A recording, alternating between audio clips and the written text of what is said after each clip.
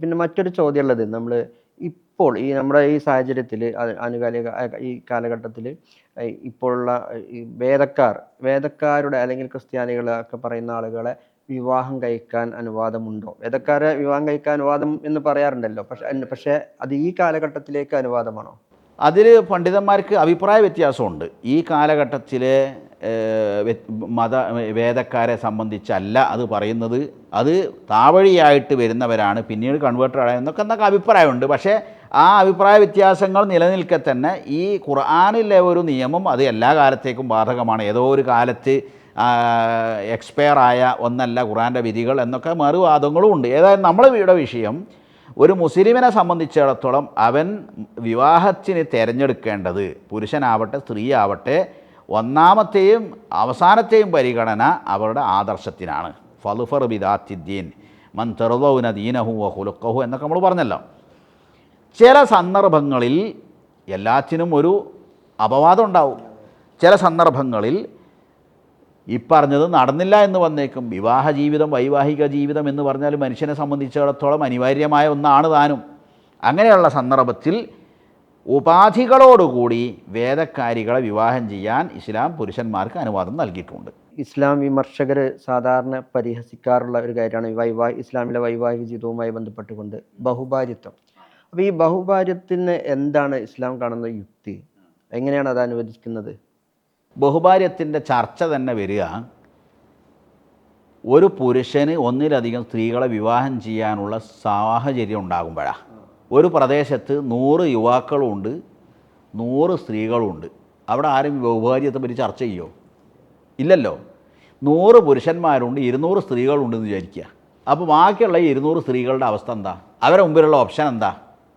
അത് ഈ 100 പുരുഷന്മാർ വിവാഹം ചെയ്ത വിവാഹത്തിൻ്റെ മാധുര്യം അനുഭവിച്ചവരല്ല അത് പറയേണ്ടത്. ബാക്കിയുള്ള 100 സ്ത്രീകളുടെ കാര്യം എന്താണ്? അതിനെന്താ അതിൻ്റെ സൊല്യൂഷൻ? ഈ വിമർശിക്കുന്ന ആളോട് നമുക്ക് ചോദിക്കാനുള്ള ചോദ്യം അത്. ഒരു നാട്ടിലുള്ള എല്ലാ ചെറുപ്പക്കാർക്കും കല്യാണം കഴിക്കാൻ തന്നെ പെൺകുട്ടികളെ തികയില്ലെങ്കിൽ ബഹുഭാര്യത്തിന് ചർച്ച തന്നെ ഉണ്ടാവില്ലല്ലോ. അധികം വരുമ്പോൾ, എണ്ണം കൂടുമ്പോൾ അവിടെയുള്ള ഇതെന്താ? ആ പെൺകുട്ടിയുടെ ഭാഷയിൽ നിന്ന് ചിന്തിച്ച് നോക്കുക.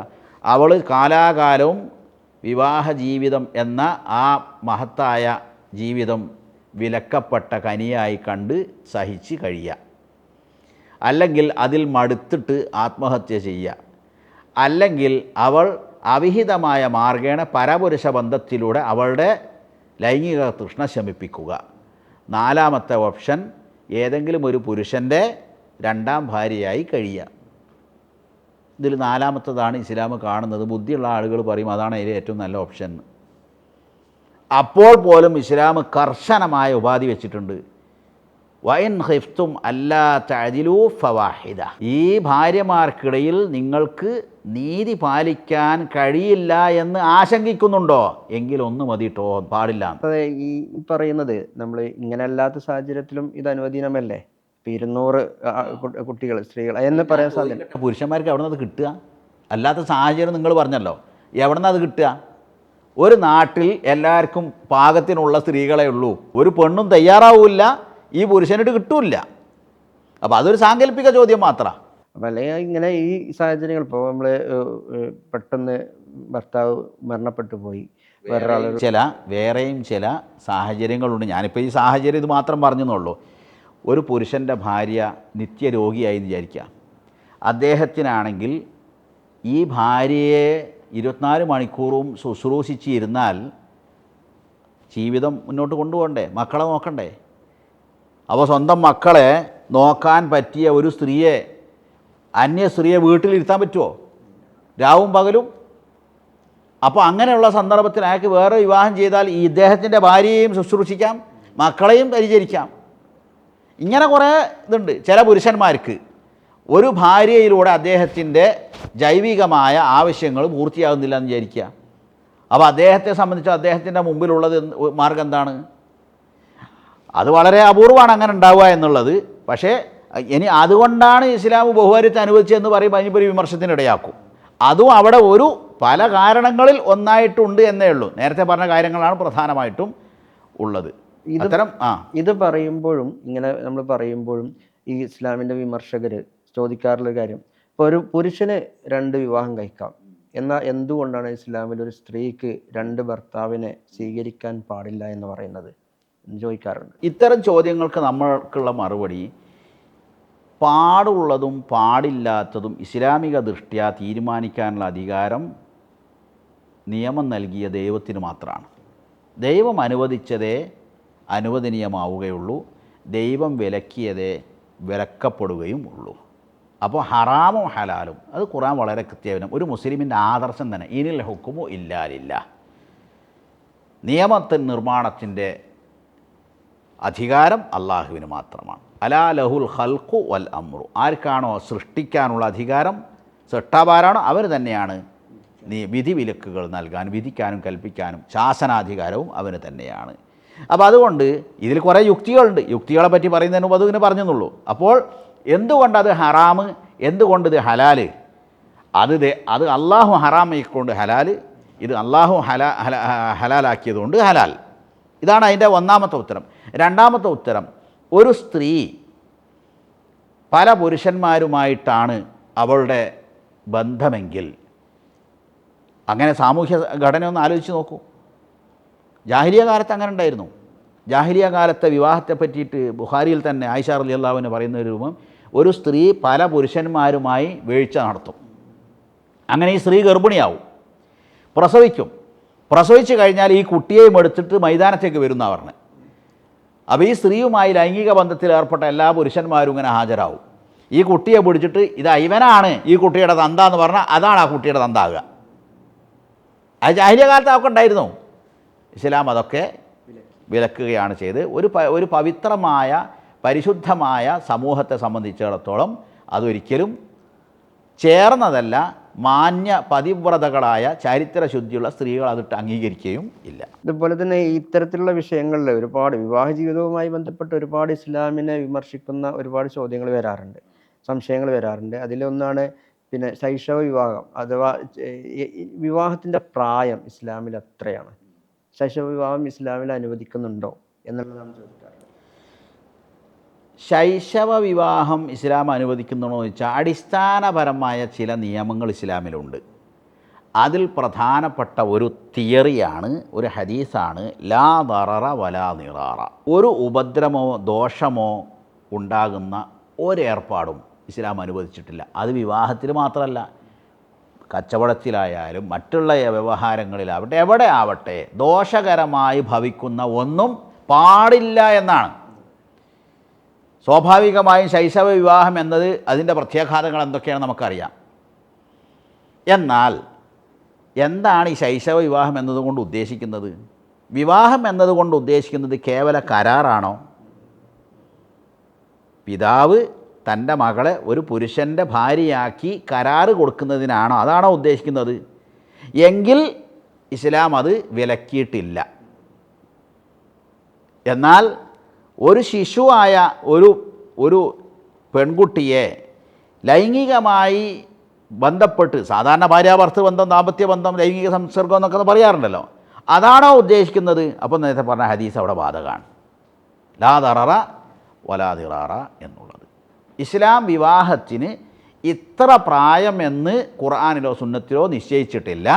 എന്നാൽ ആ ഒരു സാധാരണ പ്രായപൂർത്തി എത്തുക എന്നതാണ് സ്വാഭാവികമായിട്ടും പാലിക്കപ്പെടുന്നത് എന്നർത്ഥം. മുസ്ലിങ്ങളാരും അങ്ങനെ ചെറിയ കുട്ടികളെ പോയി വിവാഹം ചെയ്യുന്ന സമ്പ്രദായമില്ലല്ലോ. ഇസ്ലാമിക ലോകത്ത് ആരും ചെറിയ മക്കളെ കെട്ടിച്ചു കൊടുക്കുകയില്ല. പുരുഷന്മാർ അങ്ങനത്തെ ശിശുക്കളെ പോയി കെട്ടാറുമില്ല. അത് വിമർശകർ ഇങ്ങനെ പറയുമ്പോൾ മുസ്ലിം ലോകത്ത് നിലവിൽ എന്താ ഉള്ളത്, അങ്ങനെ ഇസ്ലാം കൽപ്പിക്കുന്നുണ്ടെങ്കിൽ അങ്ങനത്തെ ഉണ്ടാവുമല്ലോ. അത് റസൂൽ സല്ലല്ലാഹു അലൈഹി വസല്ലമയുടെ കാലത്തുമില്ല, ഇപ്പോഴത്തെ കാലത്തുമില്ല ശിശുക്കളെ വിവാഹം ചെയ്യുക എന്നുള്ളത്.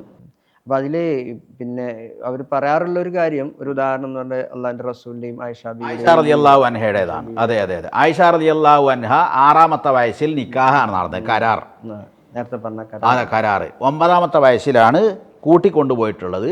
9ാമത്തെ വയസ്സ് തന്നെ ഗൾഫ് രാജ്യങ്ങളിലൊക്കെ പ്രായപൂർത്തി എത്തുന്ന പ്രായം തന്നെയാണ്. ആയിഷ റളിയല്ലാഹു അൻഹയെ പറ്റി പറയുമ്പം പ്രത്യേകിച്ച് അവർ അതിബുദ്ധിമതിയും ബുദ്ധിസാമർഥ്യമുള്ള അത്രയും തൻ്റെടിയൊക്കെ ആയിരുന്ന കഴിവുള്ള ഒരു യുവതിയായിരുന്നു. വിവാഹം ചെയ്യുമ്പോൾ 9 വയസ്സ് തന്നെ പ്രായപൂർത്തി എത്തുന്ന പ്രായം തന്നെയാണ്. ചോദിക്കാനുള്ളത് ഈ കുഫു വെക്കുക എന്ന് നമ്മൾ നേരത്തെ പറഞ്ഞല്ലോ, കുഫു വെക്കുക എന്നുള്ളത് അതുകൊണ്ട് എന്താണ് ഉദ്ദേശിക്കുന്നത്, അത് എന്താണ്, എങ്ങനെയാണത് നമ്മൾ മനസ്സിലാക്കേണ്ടത്? കുഫു വെക്കുക എന്ന് പറയുമ്പോൾ ഇന്നതാണ് കഫാഅത്ത് എന്നൊന്നും കൃത്യമായ നിർവചനമൊന്നുമില്ല. ഉദാഹരണം പറയാം, അതായത് ഇതിനൊക്കെ മാനദണ്ഡം നാട്ടു നടപ്പാണ്. നല്ല വിദ്യാഭ്യാസമുള്ള ഒരു സ്ത്രീ, ആ സ്ത്രീയെ സ്കൂളിൽ പോലും പോയിട്ട് എഴുത്തും വായന അറിയാത്തൊരു പുരുഷൻ ഒരിക്കലും കുഫ് അല്ല. അപ്പോൾ പരസ്പര രഞ്ജിപ്പും യോജിപ്പുമാണ് കുഫ് എന്നതുകൊണ്ട് ഉദ്ദേശിക്കുന്നത്. അതേപോലെ കുടുംബപരമായ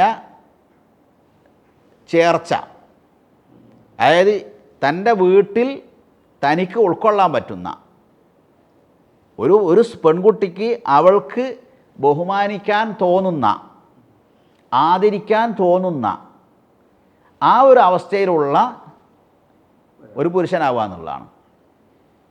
ഇത് ഇന്ന രൂപത്തിലേ ആകാവൂ എന്നുള്ള എന്തില്ല, നിബന്ധനയോ അങ്ങനെ അറുത്ത് മുറിച്ച് പറഞ്ഞിട്ടുള്ള ചിട്ടയും വ്യവസ്ഥയൊന്നുമില്ല. അത് നാട്ടിലെ നടപ്പനുസരിച്ച് ആളുകൾക്ക് തീരുമാനിക്കാവുന്ന വളരെ ഫ്ലെക്സിബിളായ ഒരു കാഴ്ചപ്പാടാണ്. നേരത്തെ പറഞ്ഞ പോലെ വിവാഹത്തിന് ഇറങ്ങുന്ന സന്ദർഭത്തിൽ, നേരത്തെ നമ്മൾ നിശ്ചയത്തിൻ്റെ സമയത്തൊക്കെയാണ് പറഞ്ഞത് മിഠായി കൊടുക്കുന്ന സംവിധാനം, അതുപോലെ തന്നെ വിവാഹത്തിലേക്ക് ഇറങ്ങുമ്പോൾ അന്ന് മൈലാഞ്ചി കല്യാണം, അതുപോലെ നിക്കാഹൊക്കെ കഴിയുന്നതിന് മുമ്പ് തന്നെയാണ് ഇത് നടക്കുന്നത്, മഞ്ഞൾ കല്യാണം, അങ്ങനെയൊക്കെ ഒരുപാട് പുതിയ പുതിയ രീതികൾ കാണുന്നു. പിന്നെ അതുപോലെ തന്നെ ഭാര്യ ഭർത്താവൊക്കെ കുതിരപ്പുറത്ത് ഒക്കെ കയറി വരുന്ന ശൈലി, ഇതൊക്കെ നമ്മുടെ നാട്ടിൽ വ്യാപകമായി കൊണ്ടിരിക്കുകയാണ്. അപ്പോൾ അത് ഇസ്ലാം അനുവദിക്കുന്നുണ്ടോ? ഇത്തരം നാട്ടു നടപ്പുകളും ആചാരങ്ങളും സമ്പ്രദായങ്ങളും ആഭാസകരമാണ് എന്ന് സമൂഹം വിലയിരുത്തുന്നതാണെങ്കിൽ ഇസ്ലാം അതിനെ അനുവദിക്കൂല. ആഭാസകരമാണ് എന്ന് പൊതുസമൂഹം വീക്ഷിക്കുന്ന ഒരു കാര്യവും ഇസ്ലാം അംഗീകരിക്കുന്ന പ്രശ്നമില്ല. യുഹില്ലു ലഹുമുത് തയ്യിബാത്ത് വയുഹർറിമു അലൈഹിമുൽ ഖബായിസ്. എല്ലാ നല്ലവയും ഇസ്ലാം അവർക്ക് ഹലാലാക്കി കൊടുക്കുന്നു, വൃത്തികെട്ടതും മോശമായതും അശ്ലീലമായതും എല്ലാം അവർക്ക് ഹറാമാക്കുകയും ചെയ്യുന്നു. പ്രവാചകനെ പറ്റിയിട്ട് ഖുർആൻ വിശേഷിപ്പിച്ചാണ്. അപ്പോൾ ഇത് നമ്മൾ പ്രത്യേകം മാനിക്കണം. ഇതാണ് ഏത് ചടങ്ങായാലും അതിൻ്റെ മഫ്സദത്തും മസ്ലഹത്തും. മസ്ലഹത്ത് എന്ന് പറഞ്ഞാൽ അതിലെ നന്മ, അതായത് ഖുർആനിലോ സുന്നത്തിലോ വ്യക്തമായി പരാമർശിച്ചിട്ടില്ലാത്ത ആചാരങ്ങൾ, അനുഷ്ഠാനങ്ങൾ, നാട്ടു നടപ്പുകൾ, ഇതിൽ ഇസ്ലാമിൻ്റെ കാഴ്ചപ്പാട് അതിലെ ഗുണദോഷങ്ങൾ പരിഗണിച്ചുകൊണ്ട് വിധി പറയുക എന്നതാണ്. അതിൽ ഗുണമാണ്. ഇപ്പോൾ തന്നെ കല്യാണ നിശ്ചയം എന്നൊരു ഏർപ്പാടുണ്ടല്ലോ. കല്യാണ നിശ്ചയം എന്ന് പറഞ്ഞിട്ടുണ്ടെങ്കിൽ കല്യാണ നിശ്ചയം ഒരു ചടങ്ങാക്കി നടത്തണമെന്ന് ഖുർആനിലും ഹദീസിലൊന്നുമില്ല. പക്ഷേ ഒരു വിവാഹം ഒരു കുടുംബത്തിൽ, ഒരു മഹലിൽ ഒരു കുടുംബം നടക്കുമ്പോൾ അതിലെ കാരണവന്മാരെയും മഹലിലെ ഉത്തരവാദപ്പെട്ട ആളുകളെയും നാട്ടുപ്രമാണിമാരെയും കുടുംബത്തിലെ പ്രമാണിമാരെയൊക്കെ വിളിച്ചു കൂട്ടിയിട്ട് ഒരു കൂടിയാലോചന എന്നതാണ് അവിടെ ഉദ്ദേശിക്കുന്നത്. ഒരു ഷൂറ ഇസ്ലാം കൽപ്പിച്ചാണ്. അതുകൊണ്ട് കല്യാണ നിശ്ചയം എന്നത് അത് നടക്കാതെ അത് വെറും ഒരു തീറ്റിപ്പരിപാടിയായിട്ട് മാറുക, ഒരു പൊങ്ങച്ച പ്രകടനത്തിൻ്റെതായി മാറുക. അപ്പോൾ അതിൻ്റെ യഥാർത്ഥ ചൈതന്യം പോയി, ഉദ്ദേശം പോയി. അപ്പോൾ അങ്ങനെയുള്ള അത് ആഭാസമായി മാറുന്നതോടുകൂടി ഇസ്ലാം അതിന് സപ്പോർട്ടില്ല. എന്നാൽ അതിൻ്റെ നന്മകൾ പരിഗണിക്കുമ്പോൾ അതിലൊരുപാട് നന്മകളുള്ളതുകൊണ്ട് ഇസ്ലാം അത് വിലക്കുന്നുമില്ല എന്ന് മാത്രമല്ല അതിനെ പ്രോത്സാഹിപ്പിക്കുകയും ചെയ്യുന്നു. ഇപ്പറഞ്ഞ മൈലാഞ്ചി കല്യാണം, മഞ്ഞൾ കല്യാണം എന്നൊക്കെ പറയുന്നത് അതിൻ്റെ ഡീറ്റെയിൽസ് ഒന്നും എനിക്കറിയില്ല. അപ്പോൾ അതിലൊക്കെ അടങ്ങിയിട്ടുള്ളത് എന്താണ് എന്നതാണ്. അതെ അതെ അതെ അതെ അതിൽ നന്മകളാണെങ്കിൽ, മസ്ലഹത്താണെങ്കിൽ ഇസ്ലാം അതിനെതിരല്ല. അതിലൂടെ ധൂർത്തും ദുർവ്യയവും ആഭാസങ്ങളുമാണെങ്കിൽ ഒരു നിലയ്ക്കും ഇസ്ലാം അതിനെ അനുവദിക്കുകയും ഇല്ല. ഇപ്പോൾ പുതിയൊരു ശൈലി വന്നിട്ടുള്ളത്, സ്ത്രീകളൊക്കെ അധികം ജോലിക്ക് പോകുന്ന ഒരു രീതി തുടങ്ങിയിട്ടുണ്ട്. അപ്പോൾ അതുകൊണ്ട് തന്നെ ഒരു സ്ത്രീ വിവാഹത്തിന് നിൽക്കുന്ന സമയത്ത് ആ വരനോട് നൽകുന്ന ഒരു നിർദ്ദേശം അല്ലെ ഡിമാൻഡ് എന്താ വെച്ചാൽ, എനിക്ക് വിവാഹത്തിന് ശേഷം ജോലിക്ക് പോകാനുള്ള അനുവാദമുണ്ടെങ്കിലേ ഈ വിവാഹം നടക്കുള്ളൂ എന്ന് പറയുന്നുണ്ട്. അങ്ങനെ പറയാൻ സാധിക്കുമോ? ഈ പുരുഷൻ, കല്യാണം കഴിക്കാൻ പോകുന്ന പുരുഷൻ അവളുടെ ആ ഡിമാൻഡ് അംഗീകരിച്ചാൽ അവനത് ബാധ്യസ്ഥനാണ്. അതല്ല ഞാൻ പറയുന്നത്, അങ്ങനെ ഒരു ഡിമാൻഡ് വെക്കാൻ പറ്റും. വെക്കാം. അങ്ങനെ ഡിമാൻഡ് വെക്കുന്നതിന് കുഴപ്പമൊന്നുമില്ല. അപ്പോൾ ഉദാഹരണമായിട്ട് ഒരു അധ്യാപികയാണെന്ന് വിചാരിക്കുക, ഒരു ടീച്ചറാണ്.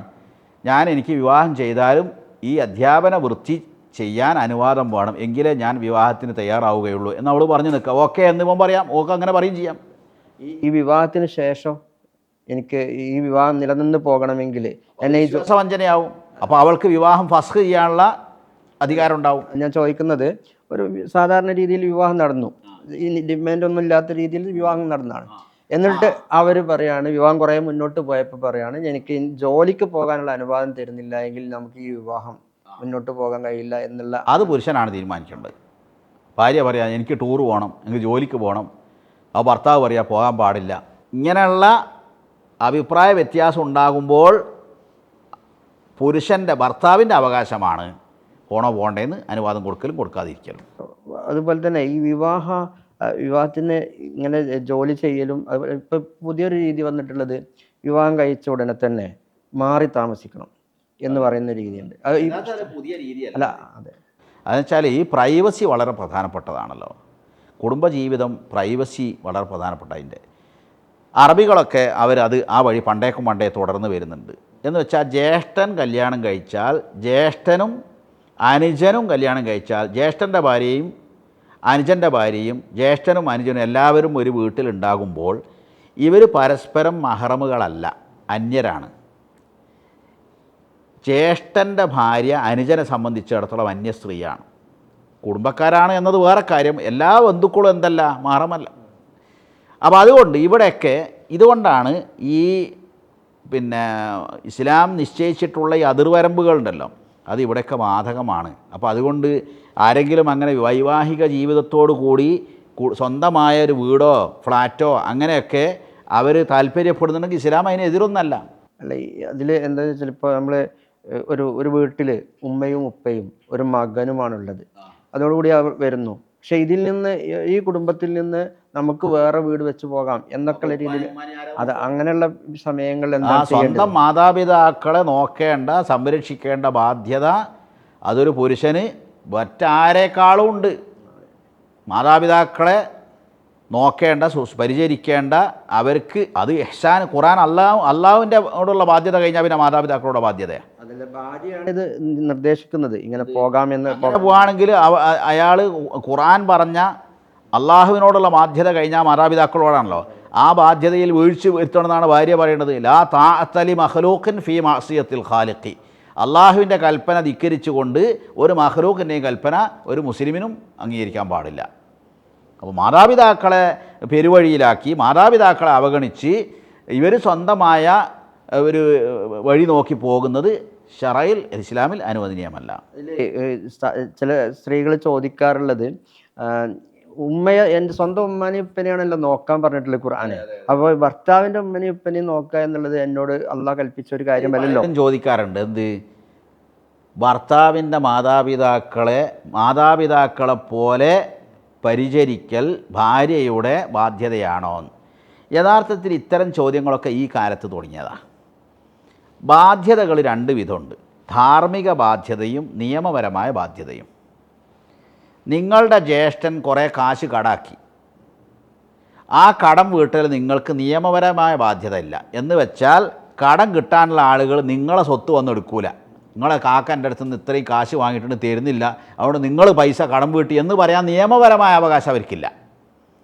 പക്ഷേ ജ്യേഷ്ഠൻ ഇങ്ങനെ ഒരു പ്രതിസന്ധിയിലായപ്പോൾ ആ ജ്യേഷ്ഠനെ നിങ്ങൾ സാമ്പത്തികമായി ശേഷിയുള്ള ആളാണെങ്കിൽ സഹായിക്കുക എന്നത് നിങ്ങളുടെ ധാർമ്മികമായൊരു ബാധ്യതയാണ്.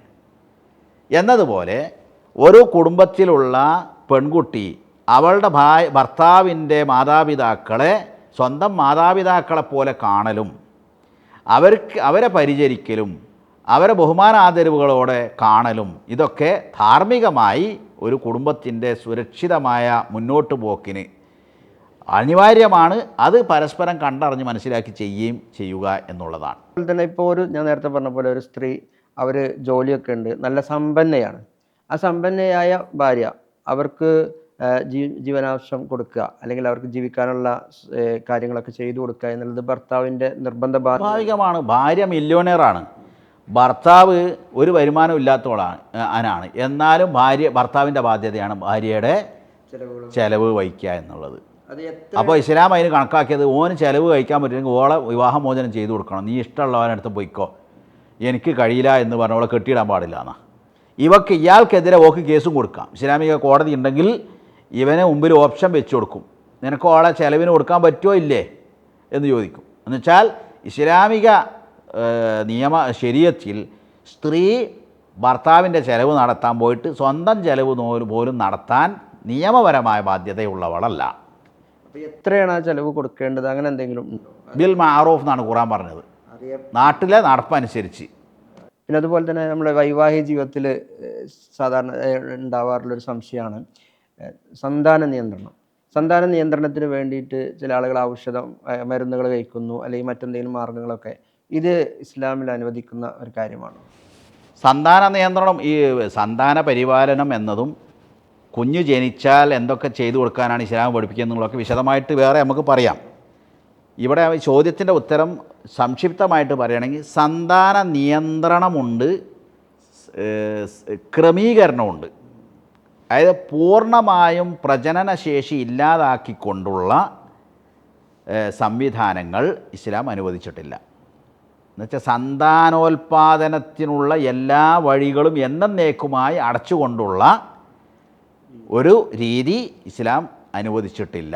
എന്നാൽ സന്താനങ്ങൾക്കിടയിൽ ഗ്യാപ്പ്, എന്നുവെച്ചാൽ എല്ലാ കൊല്ലവും പ്രസവിക്കുന്നതോടുകൂടി മുലയൂട്ടലും അവരെ എല്ലാ കാര്യങ്ങൾക്കും കുറേ പ്രയാസങ്ങളുണ്ടാകും, ശാരീരികവും ആരോഗ്യപരമായും തെർബീയപരമായും ഒക്കെ പ്രയാസങ്ങൾ. അപ്പോൾ അതുകൊണ്ട് അത് ഇടവേളകൾ ഉണ്ടാകാൻ വേണ്ടിയിട്ടുള്ള ക്രമീകരണങ്ങൾ ഇസ്ലാമിൽ അനുവദനീയമാണ്. പ്രജനനശേഷി എന്നേക്കുമായി ഇല്ലാതാക്കിക്കൊണ്ടുള്ള ആ രീതി ഒരു ഘട്ടത്തിൽ മാത്രമേ ഇസ്ലാം അനുവദിച്ചിട്ടുള്ളൂ. അത് പ്രസവിക്കുന്നത് മാതാവിൻ്റെ മരണത്തിന് പോലും ഇടയാക്കുന്ന രൂപത്തിലുള്ള പ്രശ്നങ്ങളുണ്ടാവാം. അത് ആ സന്ദർഭത്തിൽ അതൊരു ഉതിറായിട്ട് ഒരു അനിവാര്യമായ സാഹചര്യത്തിൽ ഇളവ് അനുവദിക്കപ്പെടുന്ന ഒരു ഇതായിട്ട് മനസ്സിലാക്കിയിട്ട്, അല്ല ഒരു ഫാഷന് വേണ്ടി 3 കുട്ടികളെ 2 കുട്ടികളെ ഇനി പ്രസവിക്കണ്ട, ഇനി ആ പ്രജനനശേഷി പൂർണ്ണമായും ഇല്ലാതാക്കി കളയുക, അതിന് ഭയങ്കര പ്രോത്സാഹനമാണ്, സമ്മാനമൊക്കെ കിട്ടും ചെയ്യും. അത് അള്ളാഹുവിൻ്റെ വിധിയിലുള്ള ഇതാണ്, അള്ളാഹുവിൻ്റെ അതിനോടുള്ള ധിക്കാരവും കൂടിയാണ്. അത് അനുവദനീയമല്ല എന്ന കാര്യത്തിൽ മുസ്ലിം ലോകത്ത് അഭിപ്രായ വ്യത്യാസമില്ല. അപ്പോൾ ഈ അതുപോലെ തന്നെ ഭ്രൂണഹത്യ, ഗർഭഛിദ്രം, അതെ, ആ ഭ്രൂണഹത്യ ഇസ്ലാമിൽ എപ്പോഴെങ്കിലും ഏതെങ്കിലും സന്ദർഭത്തിൽ അനുവദനീയമാണ്? ഭ്രൂണഹത്യ ഒരു നിലക്കും അനുവദനീയമല്ല. ആ ഗർഭാശയത്തിലുള്ള ഭ്രൂണം അല്ലെങ്കിൽ ആ കുഞ്ഞിൻ്റെ വളർച്ച മാതാവിൻ്റെ മരണത്തിനിടയാക്കും എന്ന് വിദഗ്ധരായ ഡോക്ടർമാർ വിധി എഴുതി കഴിഞ്ഞാൽ അതേ മാർഗമുള്ളൂ എന്നൊക്കെ പറയുമ്പോഴല്ലാത്ത സമയത്തൊന്നും എന്തില്ല, അനുവദനീയമല്ല. എന്നാൽ ഗർഭഛിദ്രം 100% ഹറാമാകുന്നത് 4 മാസം ആയിക്കഴിഞ്ഞാലാണ്. ന്യായമായ കാരണങ്ങളുടെ ആരോഗ്യ പ്രശ്നങ്ങൾ, പിന്നെ ചെറിയ കുട്ടിക്ക് 1 വയസ്സേ ആയിട്ടില്ല, അങ്ങനെയൊക്കെയുള്ള ഒരു അവസ്ഥയൊക്കെ വീണ്ടും ഗർഭിണിയായിട്ടുണ്ടെങ്കിൽ 4 മാസത്തിൻ്റെ മുമ്പാണ് ഡോക്ടർമാരൊക്കെ അതിൽ കുഴപ്പമില്ല, അല്ലെങ്കിൽ അതാണ് ഇവരെ സംബന്ധിച്ചിടത്തോളം നല്ലത് എന്ന് വിദഗ്ധരായ ഡോക്ടർമാർ ആവശ്യപ്പെട്ടാൽ, നിർദ്ദേശിച്ചാൽ അവിടെ 4 മാസത്തിൻ്റെ മുമ്പാണെങ്കിൽ എന്താണ് അനുവദനീയമാണ്. 4 മാസം കഴിഞ്ഞാൽ ഒരു കുട്ടിയെ കൊല്ലുന്നത് പോലെ തന്നെയാണെന്നാ. ഒട്ടും കാരണം ഒരു റൂഹ് ഊതിക്കഴിഞ്ഞു, മലക്കിനെ അള്ളാഹു പറഞ്ഞയക്കുകയും റൂഹ് ഊതിക്കഴിയുകയും ചെയ്തു. അപ്പോൾ ഒരു കുഞ്ഞിനെ നമ്മൾ കൊല്ലുമോ? ഇല്ലല്ലോ. അതുപോലെ തന്നെയാണ് ആ രീതിയിലാണ് ഇതിനെ ഹറാമാക്കിയിട്ടുള്ളത്. അതുപോലെ ഈ വിവാഹത്തിൻ്റെ സമയത്തുള്ള ഖുത്ബയെ സംബന്ധിച്ച് ചോദിക്കാറുണ്ട്. ഖുത്ബ വേണ്ടതുണ്ടോ, അനുവദനീയമാണോ? അതുപോലെ തന്നെ ഖുത്ബ ഉണ്ടെങ്കിൽ തന്നെ ഏത് ഭാഷയിലാണ് അത് ഖുത്ബ നടത്തേണ്ടത്? അതായത് വിവാഹ കരാറിനോടനുബന്ധിച്ചുള്ളൊരു ഖുത്ബ എന്നത് കേവലം സുന്നത്ത് മാത്രമാണ്. അങ്ങനെ ഒരു ഖുത്ബ നടത്തിയിട്ടില്ലെങ്കിൽ എന്താണ്, വിവാഹം സാധുവാവും, അത് ശരിയാവാത്ത പ്രശ്നമൊന്നുമില്ല. പക്ഷേ വരനും വധുവും വലിയും ബന്ധുക്കളൊക്കെ ഉള്ള ഒരു സദസ്സിൽ വിവാഹത്തോടനുബന്ധിച്ച് ഒരു നസീഹത്ത് നടത്തുക എന്നത് അതൊരു നല്ല കാര്യമാണ്. കൂടുതൽ സമയമെടുക്കാതെ, ആളുകളെ വെറുപ്പിക്കാതെ, വിവാഹവുമായി ബന്ധപ്പെട്ട അതിൻ്റെ ഗൗരവം ഉണർത്തുന്ന രൂപത്തിൽ ഒരു നസീഹത്ത്, ഒരു ഉപദേശം എന്നുള്ള അർത്ഥത്തിലാണ് അത് എടുക്കേണ്ടത്. അത് സുന്നത്ത് മാത്രമാണ്, നിർബന്ധമുള്ള കാര്യമല്ല. ഏത് ഉപദേശവും കേൾക്കുന്ന ആളുകൾക്ക് മനസ്സിലാവണമല്ലോ. അപ്പോൾ അതുകൊണ്ട് അത് മനസ്സിലാവാത്ത ഭാഷയിൽ നടത്തിയിട്ട് ഒരു കാര്യമില്ല. പിന്നെ അതുപോലെ തന്നെ വൈവാഹിക ജീവിതത്തിൽ എപ്പോഴും വിമർശിക്കപ്പെടാറുള്ളൊരു കാര്യമാണ് ത്വലാഖുമായി ബന്ധപ്പെട്ടുള്ള കാര്യം. അപ്പോൾ ഈ ത്വലാഖിൻ്റെ ഒരു യുക്തി അല്ലെങ്കിൽ ത്വലാഖ് എങ്ങനെയാണ് ഇസ്ലാമിൽ അനുവദനീയമാകുന്നത്? ത്വലാഖ് എന്ന് പറഞ്ഞാൽ ഒരു എമർജൻസി ഡോറ. ഇസ്ലാമിൽ ത്വലാഖ് ഒരു എമർജൻസി ഡോറ. എമർജൻസി ഡോറിൻ്റെ പ്രത്യേകത എന്താ? അത് ഏത് സമയത്തും തുറക്കൂല, ആരും തുറക്കൂല. തുറക്കേണ്ട ഘട്ടം വന്നാൽ വേറൊരു നിവൃത്തിയും ഇല്ലെങ്കിൽ തുറക്കാനുള്ളതാണത്. അതാണ് വിവാഹമോചനം, ത്വലാഖ് എന്ന് പറഞ്ഞ. മനുഷ്യൻ്റെ പ്രകൃതി പല രൂപത്തിലാണ്. ചിലപ്പോൾ ഒരു പുരുഷനും ഒരു സ്ത്രീയും ഭാര്യാഭർത്താക്കന്മാരെങ്കിലും ഒരു നിലക്ക് മുന്നോട്ട് പോകാൻ പറ്റാത്ത പ്രകൃതിപരമായ സ്വഭാവപരമായ ജന്മനാ ഉള്ള ചില പ്രശ്നങ്ങൾ കൊണ്ട് അങ്ങനെ ഉണ്ടാകാം, പിന്നീടുണ്ടാകുന്ന പ്രശ്നങ്ങൾ കൊണ്ട് അങ്ങനെ ഉണ്ടാകാം. ഏതായിരുന്നാലും മുന്നോട്ട് പോകാനുള്ള എല്ലാ സാധ്യതയും അടഞ്ഞു കഴിഞ്ഞാൽ ഉള്ള ഏറ്റവും അവസാനത്തെ ഒരു പരിഹാരം എന്നുള്ള നിലയ്ക്കാണ് വിവാഹമോചനം അഥവാ ത്വലാഖ് ഇസ്ലാം അനുവദിച്ചിട്ടുള്ളത്. അപ്പോൾ വിവാഹമോചനത്തിൻ്റെ രീതി എങ്ങനെയാണ്? ഉദാഹരണമായി ഭാര്യയുമായിട്ടുള്ള പ്രശ്നം കാരണം, ഭാര്യാഭർത്താക്കന്മാർ തമ്മിലുള്ള പ്രശ്നം കാരണമാണെങ്കിൽ ആദ്യം ചെയ്യേണ്ടത് എന്താണ്? ഉപദേശമാണ്. പിന്നെ അവർ കിടപ്പറയിൽ നിന്ന് മാറി നിൽക്കുക എന്നതാണ്. ഒരകൽച്ച ഉണ്ടാകുമ്പോൾ അടുപ്പുണ്ടാവുമല്ലോ എന്നുള്ള നിലക്ക്. അതും ശരിയാവുന്നില്ലെങ്കിൽ ചെറിയ രൂപത്തിലുള്ള ശിക്ഷ നൽകുക എന്നതാണ്. അതുമലും ശരിയാകുന്നില്ലെങ്കിൽ മാധ്യസ്ഥരെ രണ്ട് ഭാഗത്തു നിന്നും ഇവർ തമ്മിൽ വിഷയം പറിച്ച് ഒരു രഞ്ജിപ്പിലെത്താൻ വേണ്ടിയിട്ടുള്ള മാധ്യസ്ഥരെ നിശ്ചയിച്ച് അവർ ഇതിൽ ഒരു എന്താണ് ചർച്ച, ഒരു സന്ധി സംഭാഷണം എന്നൊക്കെ പറയും, ഒരു രഞ്ജിപ്പിനുള്ള ശ്രമം നടത്തുക എന്നുള്ളതാണ്. അതും വിജയിക്കാത്ത പ്രശ്നമാണ്. വിജയിക്കാത്ത സാഹചര്യം വന്നാൽ പിന്നെ അവിടെ മുറിച്ച് കളയുക എന്നുള്ളതാണ്. അപ്പോൾ സാധാരണ നമുക്കൊരു അസുഖം വന്നിട്ടുണ്ടെങ്കിൽ ചെറിയ മുറിയൊക്കെ ആണെങ്കിൽ അവിടെ ചിലപ്പോൾ ഒന്ന് വെച്ച് കെട്ടും. ചിലപ്പോൾ അത് വീണ്ടും മൂർച്ഛിക്കുകയാണെങ്കിൽ ചിലപ്പോൾ ഒരു ഇഞ്ചക്ഷൻ ചെയ്യേണ്ടി വരും. ഇനിയിപ്പോൾ പഴുപ്പ് കൂടുകയാണെങ്കിൽ ചിലപ്പോൾ അത് മുറിച്ച് കളയേണ്ടി വരും. അതാണ് വെക്കുന്ന ബാക്കി കൂടി കേടുവരാനാണ് എന്നതുപോലെ. അപ്പോൾ അതുപോലെ ഈ തലാഖിൻ്റെ രീതിയാണ് ഇപ്പോൾ നിങ്ങൾ പറഞ്ഞത്, ഓരോ ഘട്ടങ്ങളായിട്ട് എങ്ങനെയാണ് പോകുന്നത്. അതുപോലെ തലാഖ് പറയാം, തലാഖിൻ്റെ ഘട്ടങ്ങൾ പറയാം. അങ്ങനെ വിവാഹം മുന്നോട്ട് പോകാൻ, ബന്ധം മുന്നോട്ട് കൊണ്ടുപോകാൻ എല്ലാം ബോധ്യപ്പെട്ട് കഴിഞ്ഞാൽ, ഈ ഘട്ടങ്ങളൊക്കെ കഴിഞ്ഞാൽ പുരുഷൻ സ്ത്രീയെ വിവാഹമോചനം ചെയ്യാം ഒരു പ്രാവശ്യം, ഒറ്റ പ്രാവശ്യം. ആ ഒരു പ്രാവശ്യം വിവാഹമോചനം ചെയ്താൽ തന്നെ കാലാകാലത്തേക്ക് ബന്ധം വേർപെട്ടു. ആളുകളുടെ തെറ്റിദ്ധാരണ 3 ചൊല്ലിയാലേ എന്താവുള്ളൂ, വേർപെടുള്ളൂ. അങ്ങനല്ല. ഭാര്യാഭർത്തൃ ബന്ധം ഒറ്റ പ്രാവശ്യം തലാഖ് ചെല്ലുമ്പോൾ തന്നെ വേർപെട്ടു. അവർ പിന്നെ യുദ്ധകാലത്താണെങ്കിൽ വേറൊരു വിവാഹം ഇല്ലാതെ തിരിച്ചെടുക്കാം. നീ ഇങ്ങോട്ട് പോരി, നന്നായി, ഞാൻ റെഡിയാണ്. അതോടുകൂടി എന്തായി, വേറെ യുദ്ധകാലം കഴിഞ്ഞു, 3 ശുദ്ധികാലം കഴിഞ്ഞു, 3 ആർത്തവം കഴിഞ്ഞിട്ട് 3 ശുദ്ധികാലം കഴിഞ്ഞാൽ പിന്നെ അവർക്ക് വീണ്ടും കൂടിച്ചേരണം തോന്നിയാൽ ആദ്യ ബോധിയെ നിക്കാഹ് കർമ്മം നിർവഹിക്കണം, മഹറൊക്കെ കൊടുത്തിട്ട് ചെയ്യണം.